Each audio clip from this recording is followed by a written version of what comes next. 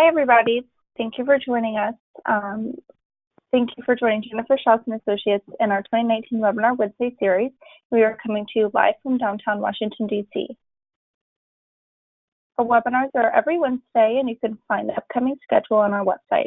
Past webinars and all recordings are also on our website, on our YouTube channel, along with over 160 other recordings on federal contracting topics. All are complimentary. If you have questions for our speaker today, please contact him directly with the information you see on the last slide. Great, and this is just a little bit about us.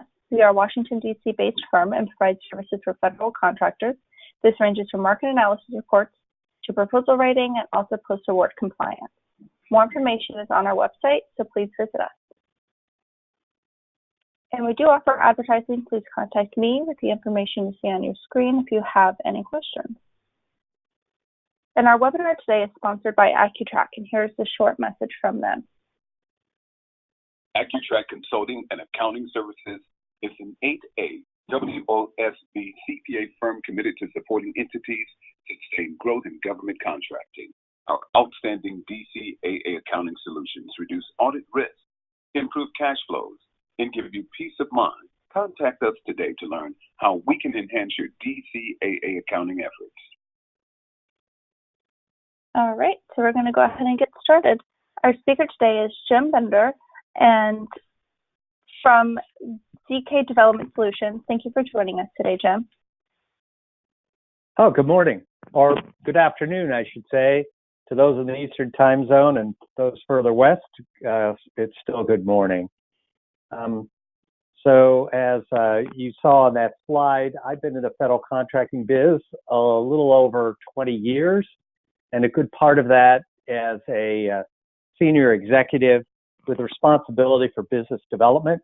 And now I'm an independent consulting, helping small and medium-sized businesses win more business with the federal government. So today I'm going to answer a question that comes out most often when I'm doing training with business owners, and that is, how in the world can you get a federal buyer to answer the phone and have a meeting? And that's a difficult question. It's a difficult nut to crack. Next slide, please, Mallory. Because government buyers, even when the government is open, government buyers are really busy. They're short-staffed. They don't have time for another presentation unless there's something in it for them. So you have this problem because your company needs visibility. And your company, in order to be competitive, needs to get in front of federal people to get them to know about you and know why they should buy from you. And I'm not going to go into this in detail, but it is important that you are remembered. And to be remembered, you have to have a specific product and service offering, and you have to be able to state it in a way that is compelling and memorable and convinces the government buyer that you're going to solve a problem that they have. You need to plant the idea that you are the person to call when the buyer needs something. It can't be everything.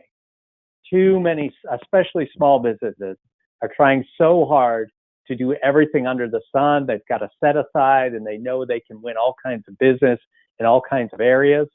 But the best way for you to be memorable is to be specific and compelling. And that means you need to narrow it down. So what is the best way to do this, to get the meeting? Next page, please. Why is it so hard to get that Fed to answer the phone, arrange a meeting, and how do you give them a reason to call back? Well, the reason that they're going to want to call you back is because the meeting is something that's of value to them. So this means that you need to know something about them before they're even going to consider having a meeting with you. That it can't be just, oh, I really like to work in your agency and I have something valuable to offer.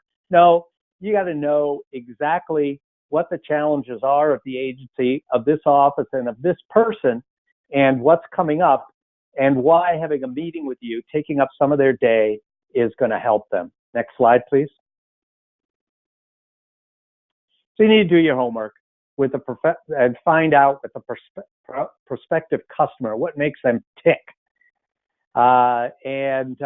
Fortunately, in the days of the internet and social media, there are a lot of sources to this kind of information. Of course, there's a website. There's getting in and understanding what the agency priorities are, and if you can, the director of the office that you want to sell to. You can network with people you know that have experience with this office, because of course the things that are written down are only part of the story. There's a lot more word on the street out there. You can scour the databases to look at their past awarded work. As you probably know, the nice thing about the government is they have to document pretty much all of their purchases, or a lot of them. And there are easy ways, free ways, and proprietary databases to get at these data. And you can analyze them to see when they're buying, what you sell, how they buy it, on what mechanisms, using what contract type, and so on. So looking at the past awarded work and looking for the upcoming opportunity, you're much more likely to get an answer to a voicemail or an email if you say, hey, I saw that X contract is about to expire, and I think you should consider us for the recompete because we offer Y.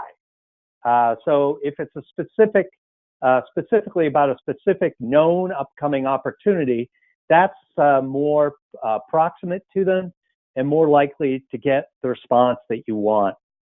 You can use LinkedIn to find insiders to whom you're connected, people who've worked in the agency, people who currently work there, other contractors, to the extent that they're going to help you. You also want to be careful to find the right person for the first meeting. The first meeting is usually easier if the person has some connection to you.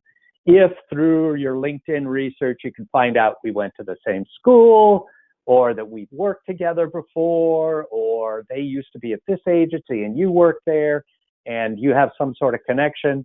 If there's some sort of connection, you're more likely to pick up the phone, even if it's not ultimately the right person you want to get information. So you've got to use your networking skills to go through your first level and second level contacts to get to the person you want. And remember, we always want to go for the top of the org chart because we think they have the most influence over decisions, but actually sometimes they don't. Sometimes it's the project managers and the people lower in the middle management who have a lot more to say about source selection decisions. And starting there can be helpful. But whatever you do, try to make it on a peer-to-peer basis. So if you're a project manager, looking for your counterpart in the agency to make the outreach. And if the right connection is the director of the office, well, you need to go higher in your organization chart to meet up so that you're introducing somebody at their same level. So, and then before you try to set up that first meeting, you better have a strategy for how you're going to get them to get the meeting and figure out what benefit you have to offer them. Next slide, please.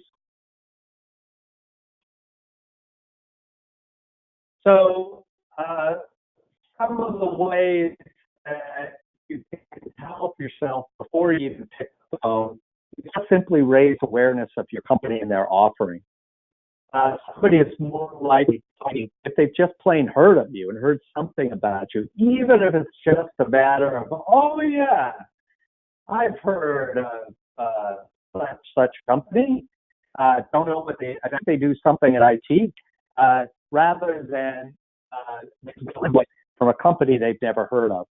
And, there's a lot of ways you can get your name out there and to get something out there about what you offer and why you're so good. So there's three levels of awareness of your brand. One is just that they recognize it's there.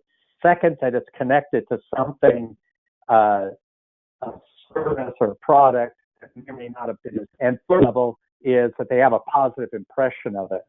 So all of these are better than nothing. So you can raise awareness of what it offers, the value of working with the company, through trade publications, through social media, through blogging, through days and meeting people and talking about your company, through conference presentations and trainings, either as a presenter or as an audience member. And after somebody from your target agency gives a presentation, go up and introduce yourself, change cards.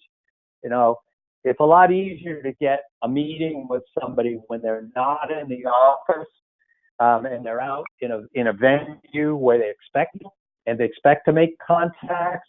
It may only be 2 or 3 minutes, but that plants the seed that you're somebody in the industry and somebody they ought to talk to. So when they get back to their office for a phone call or a meeting, they're more likely to respond.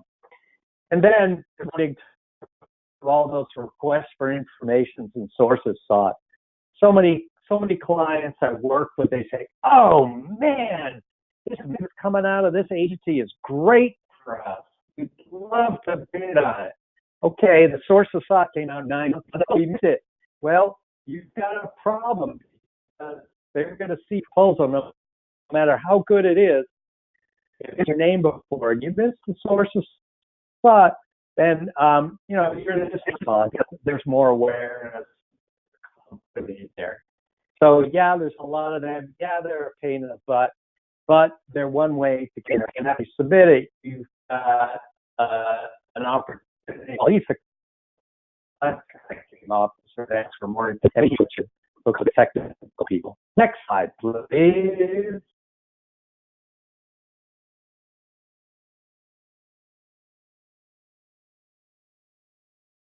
There we go. So now we're into the sales part of this, and a lot of you don't like to be salesmen. I know it's difficult to pick up a phone and talk to a stranger, but they're in a marketing cycle where it's all about sales, and it's all being consistent, and it's all about being persistent. So we have to remember this in this stage of the journey that a non-response may be a not now. It doesn't mean that they don't want to receive your call. It could just mean it's the wrong time, they're on vacation, they've got a deadline, or anything. A rule of thumb that I use is if you make 3 calls and 3 emails over a month or 6 weeks and you get no response, well, probably means you're not going to crack through this. Spread it out to allow for them to hit you. And I strongly recommend that if you don't have a contact management tool like HubSpot or Salesforce, because you're going to have to do a lot of phone calls and a lot of outreach. And you have to have a way to efficiently keep track of who you've called and not, and what are the next steps. Occasionally, they have deadlines. Remember, when you're not getting a lot of response to your outreach, that you do have something valuable to offer. You have to remind yourself, picking up, because they want work. They just don't know it yet, and you've got to break through. You don't have to wait for 5 days in a row, but you do want to be persistent. Next.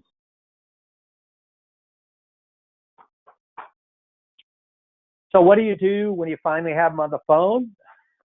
When you don't get their voicemail? Well, do your elevator pitch, your less than 60-second description of what your company is, ask them a question, and then listen.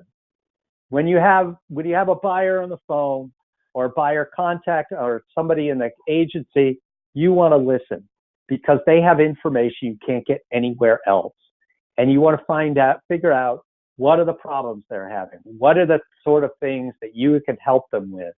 And not jump in and offer solutions, but keep listening and asking probing questions to make sure you really understand what their situation is, what they might be looking for in the next procurement, and how you might be able to position your company.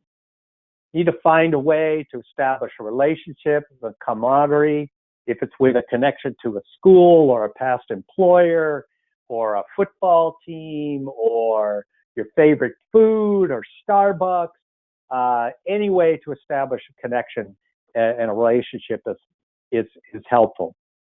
Of course, you want to proceed cautiously and slowly.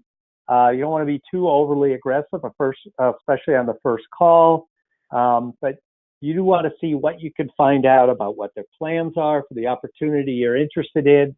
If they're interested in having a face-to-face meeting, and if so, how many people you can bring, and who will be there on their side. You want to try to find out anything you can about the level of funding, whether it's been approved, what's the schedule for the procurement. In the pre-RFP stage, don't let people tell you that you can't ask these kind of questions. All these kind of questions are fair game. It's only after the RFP is dropped and you're in the proposal blackout that asking these kind of questions get you in trouble. You want to learn about how they plan to make the procurement decisions. If they'll tell you about mechanisms or contract types, that'd be helpful. And then be sure to present your solution based on what you've heard, based on the things that sound like problems that you have a solution to. Present your solution in a way that would be compelling. Next slide, please. And that looks like that's about all we have for here. I'm doing another webinar in 15 minutes that dives more deeply into how to shape the next RFP. So if this webinar is about getting the meeting, the next one is about using the meeting and taking advantage of all the opportunities you have in there to find out more about what they have planned and see how you can change the way they're doing their procurement to benefit your company over other companies that may be in the mix. So here's my contact information. My company is EK Development Solutions. You email me or call me anytime with questions, and I'd be happy to answer them. Back to you, Mallory, and thank you very much for this opportunity to talk to people about how to get a client meeting. Thank you, Jim, for sharing your knowledge and insight today. Today's presentation has been recorded and can be found on our website or YouTube channel within 48 hours. If you have any question about today's topic, please contact Jim at the phone number or email seen on your screen. Thank you, everyone. This concludes the webinar.